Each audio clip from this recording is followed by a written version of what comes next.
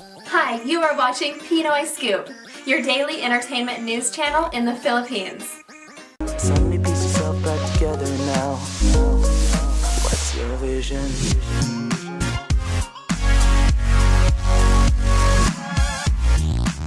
Guys, sinabi mo kanina sa love pa, happy ka pa lang. Ano ibig mo sabihin doon? Pa-happy. Kumbaga, ibig sabihin ko parang magiging masaya pa lang ulit. Ay, Yun, bakit? magiging masaya pa Bakit lang.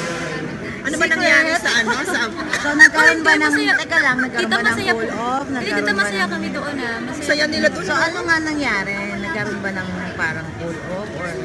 Hindi naman, sa sarili ko lang naman po yun na gusto ko lang, Space?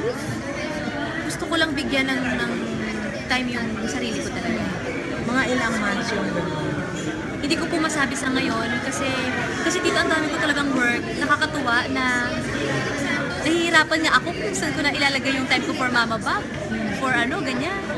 So, ano sabi ni Eric nung gano'n? Sa ganitong ano man na may gusto niya may time mo for yourself?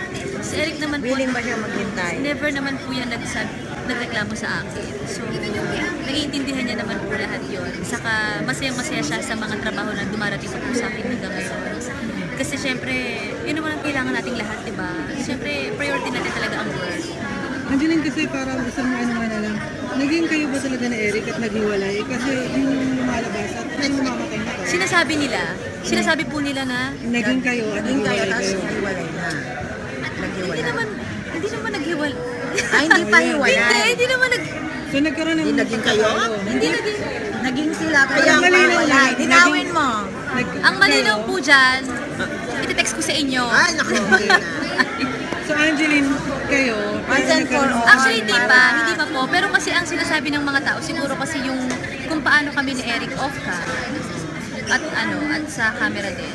Ganoon lang po talaga kami. Pero syempre, special sa akin si Eric. Alam ko naman din na ganoon po ako sa kanya. pero nagkaroon ng tampuhan at naghiwalay kayo.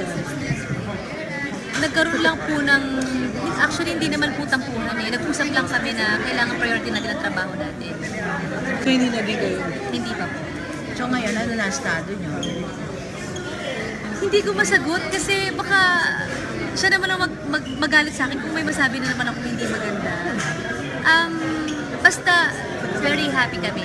Very, kumbaga sobra kami nagkakaintindihan po sa lahat ng bagay. So siguro kaya hindi pa rin kami nagiging yung officially na mag-on. Kasi ayoko po talaga na magbago yung kumbaga kung paano ko kay Eric at paano siya sa akin. Sobra kasi akong matampuhin na tao. So kung naramdaman ko lang na konting oras na wala, alam niyo yun, baka maapektuhan. Ganyan po ako. So tour niyo sa US, nagkabati kayo? Maayos po kami sa US. Actually, yung 8 cities nga namin, very successful po lahat. So, pinaplano nga po na magkaroon ng part 2 next year. So, siguro mas mahaba po yung journey pa namin ni Eric together. So when you describe na lang yung relationship mo with Eric ngayon?